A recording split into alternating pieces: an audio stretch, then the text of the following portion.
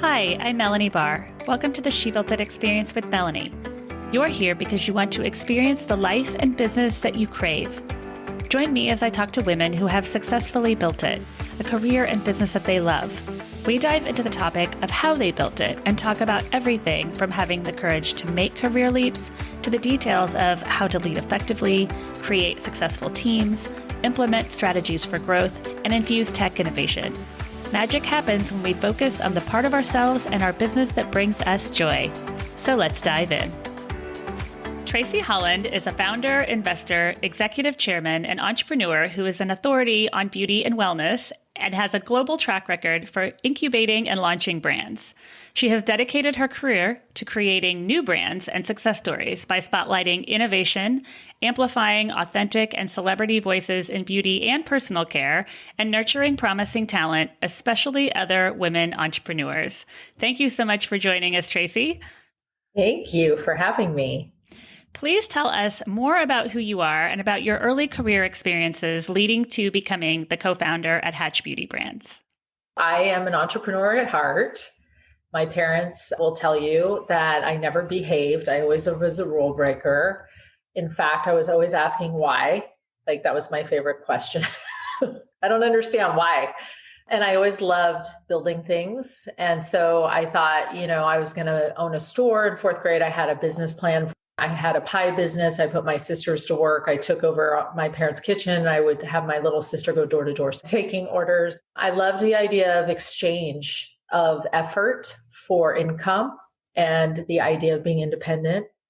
I think that's a misnomer for people who think being an entrepreneur means that you get to decide what you want to do, because it's actually, you never sleep, right? And you're always engaged. But looking back at Hatch Beauty, there was this opportunity in the world about 15 years ago, before the internet was really a proponent of developing concepts, which is now the social way of co-creating community and product through community, which is the way products are usually done today. But in that time, there was this nexus between retailers who desperately needed innovation and influencers, at that time celebrities, who didn't have a mechanism for owning something other than their face and image, and then co-creating a brand that allowed the celebrity and the retailer to be in the kitchen, so to speak, on the creation of a brand or a concept. And so in some ways, I think that sounds quite innovative. And in other ways, it was just filling a need for three opportunities. One was my interest in providing that service or that opportunity to fill the void. The celebrity's desire to be a co-creator and equity owner in a brand that they could have an exit, and then the retailer's desire for creative new product. So there you go. And it makes sense because at the time it was celebrities who had the reach. Totally. And at that time it was people like Salma Hayek, who was my really first big well-known celebrity co-creator partner. That was 2011. We worked together. There was no Instagram, right? There was Facebook, but that was how you found friends and family and did high school reunion stuff, right? Or post pictures of your kid's birthday party.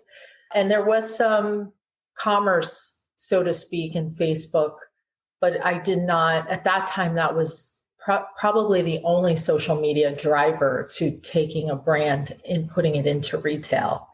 So retailers were really at the epicenter of launching new brands. So being on an end cap, having the best space and location in the store, the retailer had a lot of skin in the game if they co-created that brand with you, right? It's so interesting how things are shifting today, and it's shifting so fast at such a rapid pace. And I think it's exciting. It is so exciting.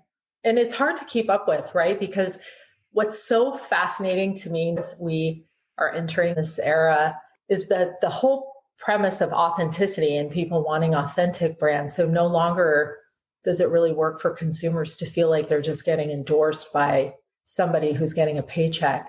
They really want to know that that brand is authentically driven by that person.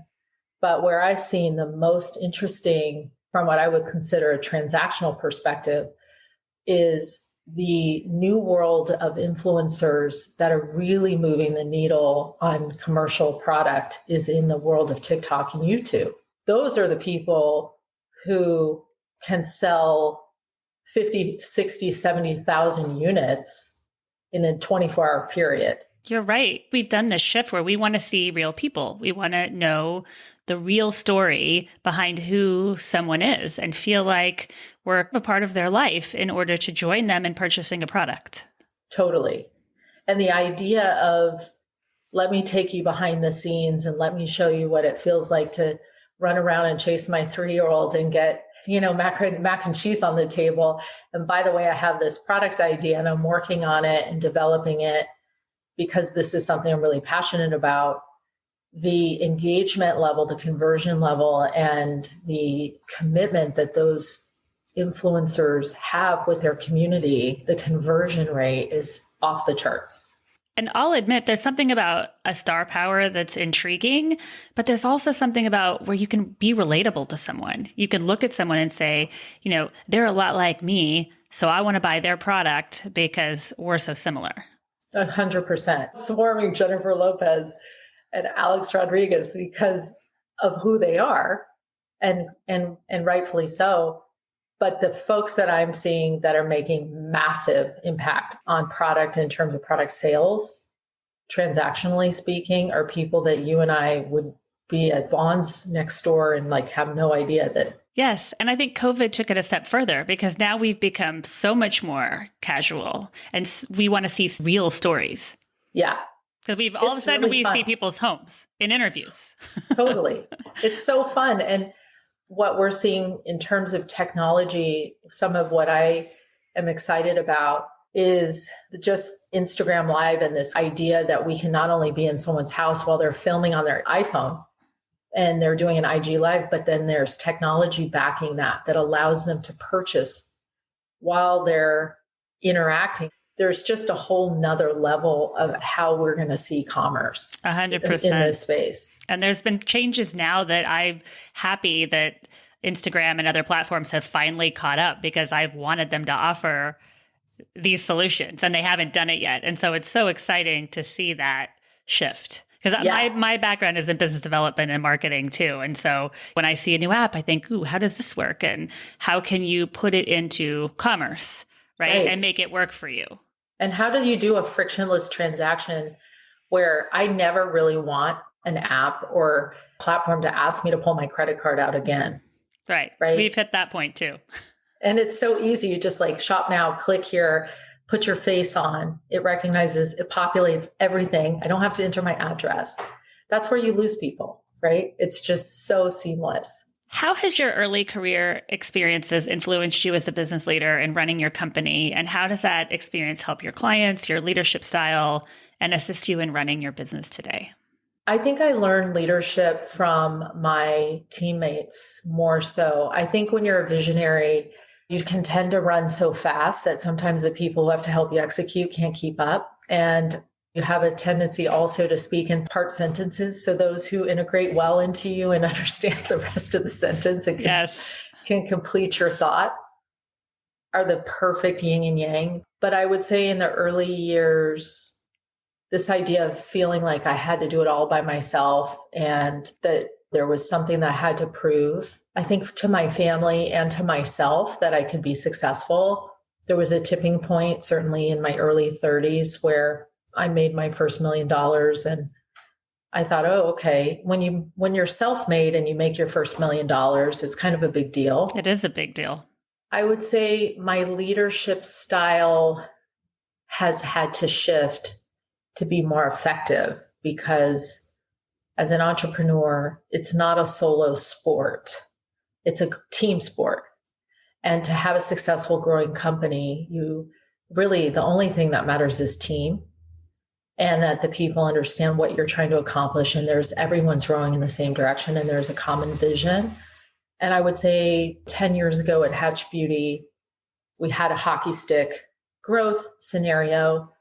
And there was a lot of collateral damage in terms of team and turnover and people wearing multiple hats and this feeling of never having enough time and constantly chasing opportunities. not only does that not feel good and not where I want to spend my time and be, but the part of this whole process of being an entrepreneur, the joy is in the moment and on the journey. It's actually, there's no destination. I think that if you're an entrepreneur and you're listening, there's no there. There's only here. If you're not enjoying here, if you're not waking up in the morning full of joy, full of excitement, this idea that we're going to get it all done and we have to race to the next thing in order to make the next thing happen, that's so depleting.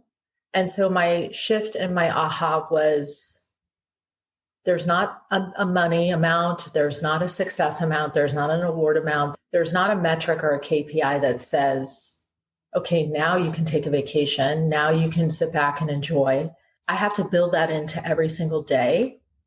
And I think that younger years, I didn't know the burnout effect, what I call the white knuckling or holding onto the rope. I did not realize what kind of burnout impact that would have. So the shift in energy to being more in the receiving mode of listening to people's perspective, taking a moment to get the team consensus, doing offsites, brainstorming. This is a team sport. That's so true. And thank you for bringing this up, because I think every entrepreneur will go through this. You have an idea. The idea becomes your baby. You're bringing an idea into the world that has never been created. So you're so focused on it in the very beginning until you get to the point where you look around and you think, wait a minute, I can't do this by myself anymore. I have to bring in team members to help me so that we can continue to feel that joy and want to take the business even further. Right. In my case, I was marrying someone because I just needed to get married so I could have kids, so I could go back to work and be focused on putting myself fully engaging into work, and working Saturdays and Sundays and missing opportunities to be part of a family event or seeing my kids' first XYZ. All those decisions I felt at the time were coming from a place of force and lack, versus now being really in a second mode of, how does this feel? There's no there. So once we recognize there's no there, there's no rush to get somewhere you're not. So true. And such good advice to really be present in the moment. Yeah.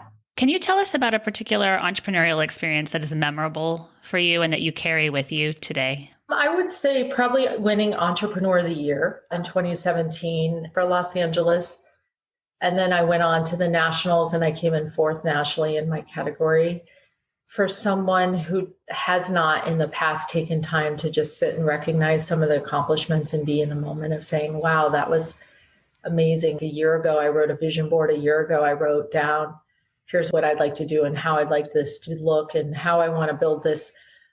And then see that a year later, it's actually happened, or 2 years, or whatever the amount of time is, to actually go back and say, holy smokes, like you nailed it here, you nailed it here. To get someone else to recognize and give you some acknowledgement around that, even though I realize it's not the award itself that means something, it's just taking the time to celebrate. And I actually never even invited my parents to that, because believe it or not, I didn't think I would win. They called me and said, you have a table, we've reserved a table, you have up to 12 guests, blah, blah, blah. I'm like, 12 guests? Who am I going to bring to this? What a great surprise for you, though. That's so wonderful. This is like on a Monday, and I think the awards ceremony was on a Thursday. And they said, we can't have a table with no one present for this dinner. It's a full dinner, blah, blah, blah. And I thought, I got to probably put a few minutes into figuring this out. So I invited all my best girlfriends. I invited some key people from Hatch Beauty. I invited, of course, my business partner at the time attended. So we had probably 8 people at our table of 12. And then the next day I called my parents and I said, you're not going to believe I won this award. And they were so happy for you when you won. That's just, that's a great moment. That was fun. Bring up a really good point about really feeling our wins, because as career-driven women, often we work really hard to accomplish something and then we just move on to the next thing. So it's so important. Even celebrating, saying this coffee that I just bought at Pete's, even just saying, I'm going to celebrate with this coffee. It could be that small. It's that acknowledgement of, what was accomplished and allowing yourself to really feel it. Right. And I do this now, and this is called an intention bracelet with Chris Pan's company, which is an intention bracelet. My word for December of 19 was power. And then in March of 20, right before COVID really took over, I came up with this concept called potential to powerhouse around this trajectory of going from potential of who you are as a human to the powerhouse that you end up becoming. And that word power or powerhouse came from this intention bracelet in 19. So just 12 weeks later, I conceived of that, but weirdly, that just came through me. And then Chris Pan says, you're supposed to wear this bracelet until it falls off naturally. So you shower, you don't take it off for any Interesting. Has it been on since 2019? It's been on since December of 19, and wow. It says power. So it's interesting what you're manifesting as at looking at it every day. It's just like a vision board, but you're wearing it, which is so fun. And honestly, it's with, if you look at the intention bracelet site, it's basically a washer for a nut and bolt washer, and it goes on with a piece of black string. Right. Super simple. Super simple. It's definitely not fancy. But it's a reminder. And look at what you're manifesting. It's so cool. So it does work. What we put in front of us, what we think about, what we make a commitment to. It's important to stay thorough and have good mental hygiene or talk track to keep your intentions clear. And I only put this together maybe 3 months ago. So interesting. Yeah. What gave you the courage to launch and create Hatch Beauty and to make that life and career leap? I didn't see any other option. I think if you're an entrepreneur, you are going to build things for a living. And so if you have a high need to win, so it's kind of weird. Like, can you imagine going to a soccer game, or can you imagine going to a sport or team event and showing up saying, I don't really care if I win or lose today, or showing up at a tennis match or saying, I'm just going to try, but if I don't do a great job, it's totally fine. I don't care. No. Like, there's no way. No. When I see other women winning, I'm like, yes, keep going. Keep winning. Yeah. It's just the idea of not winning when you decide to build something. And it can be any metaphor of anything you want to build. It could be a cake, or it could be a car, a house, whatever. It's like, you're not going to build that house and say, I'm just kind of about done. I don't think I need any bedrooms. I'm just going to leave this half of the house open. It feels good too. It feels good when you've built it and accomplish it. Even if, like you said, there's no end, as you're building it, it's that joy of actually accomplishing pieces of it along the way. I would say it feels more like a commitment to completion. And for me, completion was making sure my clients were winning. Every time I can deliver a solution to a retailer of a concept that is developed in a white space that makes the influencer feel like a personal investment in that brand, that it reflects who she or he is, and the retailer gets it on their shelves and it blows out and they call and say, oh my gosh, it sold so well. Can we get some more? Let's do this. Let's do that. There's no end to that opportunity. And so that winning part of it is just getting to that phase of just saying, what's next? What's on the cutting edge of what's next? It's so true. I have a background in business development, and I always say clients expect the status quo. And when you can go above and beyond, and like you said, sell something out and they call you, it's such a great feeling and experience to go 100%. Through that. And the client's thrilled. 100%. And it's so fun. It's like, I love it when people DM us or will, send us things and say, oh my gosh, I tried your new gummies and I love the flavor. And would you do this or would you do that? I mean, we love those kinds of personal stories. So that's fun. But I would say the most fun part of this process now is just meeting people like you, like the network of especially women, founder, entrepreneur. That is my joy, to get to learn with them and hear their own story and journeys. And you get motivation from them too. Totally. I don't think motivation and empowerment and inspiration ever stops. No.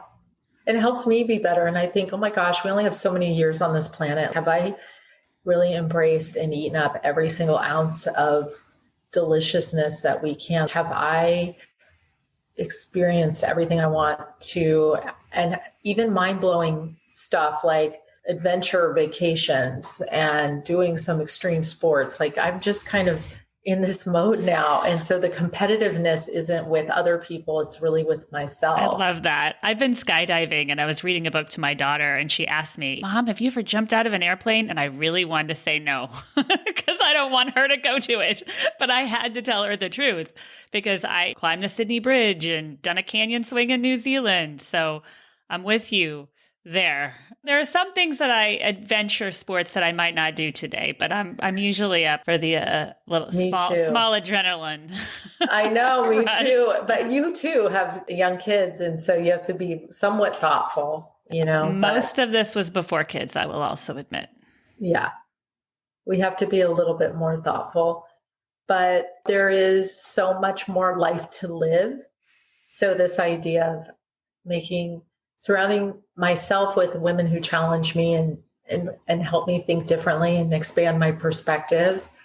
That's kind of been the most fun part. Yeah. And ziplining's a little safer, but still the adventure part. At least you're attached. Yes. You're not jumping from something free fall. That's right. What is your strategy for management, for staying on task to accomplish what you set out to do, as well as motivating your teams? I'm constantly grappling with this so I carry around a book. You're going to crack up. Here's one. This one is just big ideas. Okay? Love that. Great. Okay. Love it. This one is literally everything I need to do. But we have matching. I cannot believe this. Listeners, we are holding up the same book that has Be Bold, Take Risks, Live Life Freely. How it is sitting underneath my microphone. I have like 10 of these. And then I go version 1. And then I say, okay, now I've written literally every last page is taken. Yeah, I do the same thing. So, I mean, this is old school, right? We have to write stuff down because for me, it helps me keep track of everything. But then my assistant, who literally makes everything work in my life, helps me with Trello. So what I love about her so much, because this is where I get totally cuckoo, is she goes through my email and she'll flag for me those things that I must get done today. And then she'll put them on my to-do list. Being a competitive person, I don't like leaving stuff that's not checked. Right. So I get to check every time I get to check it off and it makes a ding. I'm like, yes! So satisfying. But I have a president at Hatch Beauty now. He joined us about 1.5 years ago. He's in a JD MBA from Princeton and Stanford, and incredible human on so many levels. He's so excellent cross-functionally. He's methodical. He's an excellent communicator. And I found that for people like me who are real visionaries and love to build and have wins, we have ideas for how we're going to win all the time. Mm-hmm. And it's people like him who get partnered with people like me who say, that's interesting. I like what you're saying. I think we can execute on that. Let me put a plan together to do that, where he'll manage it and then he'll manage the communication to the team. So it's in bite sizes that make sense to them. That's so great, because I'm guessing you have an idea a minute that would be wildly successful. Yeah. So we may say, okay, we need to win here, here, here, and here. But there may be 4 ideas to get to that win. So everybody's still tracking on the win plan for what the win is, but how we get there can look a little different. Mm-hmm. So he's a great counterpart. And I think from now on, going into next phase, the investor part of me really looks to make sure that there's a visionary coupled with an integrator on a team, because then I know it's going to be successful. So true. Right? You have to have both sides. You have to have both sides.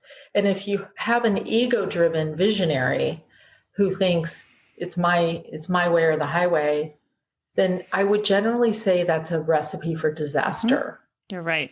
Probably right? won't work. You need someone who's going to say, I personally, Tracy, have a Ferrari engine with bicycle brakes. That's what I usually mention when I talk with my integrator partner. And he's also a Ferrari engine, but he has Ferrari brakes. I love it. So he'll be like, okay, I get it, but let's think about it this way. So It seems like you found the right complement for you. oh my gosh, he's And, dreamy. and then I think the follow up to that is just making sure that your teams are doing what they love and that there's True. no one on your team that is doing something, but they don't really enjoy it. 100%. And I have a tool now that helps me assess that. I recommend it to all my CEO female friends called Cultural Index. It takes less than 10 minutes and it's a series of questions. Actually, there are 2 questions, but a series of answers. And what it does is not only defines who you are as you and what your style is and where your gifts are and who you should be day to day in your job, but it also helps you define who you are in your current role. And I would tell you that if you give that to your employees, especially your top C-suite, if there's a big differential between the top line and performance of who they say they are versus who they actually are in their day job, if there's a huge disparity, they're an enormous flight risk and they are likely not going to stick around.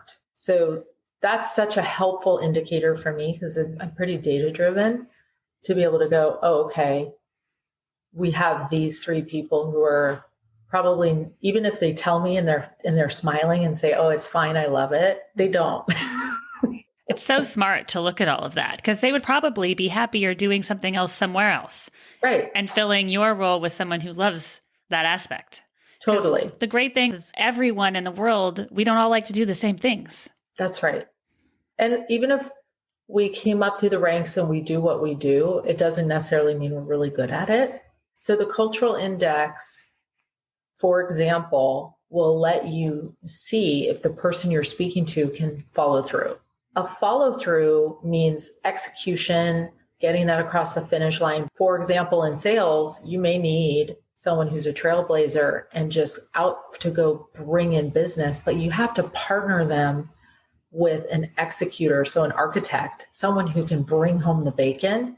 Understanding people's profiles in this way has been the most lucrative investment for me in terms of ROI in team building because it helps mitigate risk on just listening to someone looking at a resume and assessment. It does not tell the full story. Thank you for sharing that because it's such good advice, especially as we all built out our teams. And it's the most expensive investment we make.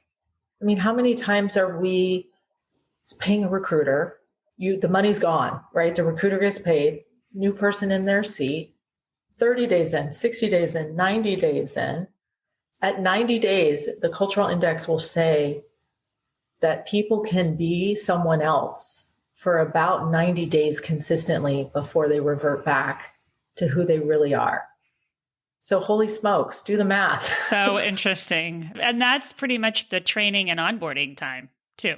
So you've spent that 90 days onboarding. Isn't that fascinating? So they can stick to this like other role or persona for about 90 days until they go into who they really are. And then you've lost your replacement period. You recognize you made a poor hire, they're not the right fit, and you put them into a role that's not the right fit. And you're wondering, like, now the person's not performing. That's been probably the biggest and best ROI I've had because I've had, 400 or 500 employees over the last decade. So it's been very helpful. So interesting to think about that. Yeah. How has your business shifted over the last year? What obstacles have you been able to overcome and what successes have you had? So COVID was a little bit of a hiccup. For all of us. I'll never forget, I was in Oman. It was my first time to the Middle East. It was in February of 2020. I went on a spiritual retreat, spiritual journey for 10 days with other like-minded CEO through YPO. It was their first ever spiritual multi-day event. And they had all these thought leaders from different areas. It was so magnificent. And part of the requirement was unplugging for the 7 days while you were there. And when I came back online after the spiritual journey in Oman, I got back online and I had so many texts and correspondence from friends all over the world. And so we doubled, tripled, quadrupled all of our purchase orders on everything that was hand sanitizing and COVID related because we had already been through H1N1 and SARS. Magic happens when we focus on the part of ourselves and our business that brings us joy. What is one tip that you can leave with us today about how you find and live your joy? So part of my joy has been really leaning into the person that I am without having the pretense of like what is expected of me. I have really enjoyed that full expression of myself and expansion. And that's been a lot of exploration around meditation and mindfulness and writing and reading. I've been working with an executive coach for about a year and a half. So she's an executive coach, but she has a spiritual approach. She's opened my eyes as to how I can integrate who I am as a professional with who I am as a person holistically, not trying to be someone at work that I'm not at home or vice versa. That's probably my biggest joy is the interesting journey back home to myself and seeing the holistic aspect of who I am and enjoying all of that as Tracy coming up to the party without feeling like, oh, this is business Tracy. Right. And now I'm going to go out on a date and now I'm going to bring date Tracy. Tracy is all one. And that's fun. Because I think as you're building a company, sometimes you feel like you have to be a certain way. So it's so great that you're leaning into that authenticity. 100%. And the second thing that I would say for those who are entrepreneurs and builders, the one thing that I recognize is I also didn't say what I thought. I would think it and say, oh, but I can't really say that because what if that was a misinterpreter that could put the deal at risk? And so finding the comfort and the confidence in saying, I'm never going to say again, I wish I would have. I wish I had the courage, or I wish I would have said this, or I wish I would have put my foot down. This past year, it's been the year of power and the year of just being at peace with the integration, the holistic integration, and then the ability to say what's on your mind. Thank you so much for saying that, because we all have those moments where a year later, 6 months later, we think, I wish I would have said or done that. So thank you for leaving us today with trusting your instincts. Yeah. And encouraging and empowering anyone listening to trust your instincts. Right. And isn't there a way to do that so that it's not impulsive, where you can pause and say, I may want to come back to this statement, but here's what my gut's telling me right now. My gut's saying, I don't trust this. Or my gut's saying, this doesn't feel right. And you can couch it in a way that says, I might not feel this way tomorrow, but here's what my gut's telling me. I love how you're so open about your instincts and how you're really feeling. And I think that can be received so much better than either not saying it or having to feel like you have to make a decision right then. Right. Because we don't. But we can say, I'm not totally at this place where I'm feeling resolved about it, but here's what my instinct's saying. So interesting. Such good advice. It's freeing. Thank you so much for joining us today, Tracy. You have built an incredible career, and cheers to you for your grit and tenacity and everything that you have built. Thank you. Can you please share with us how and where we can find you?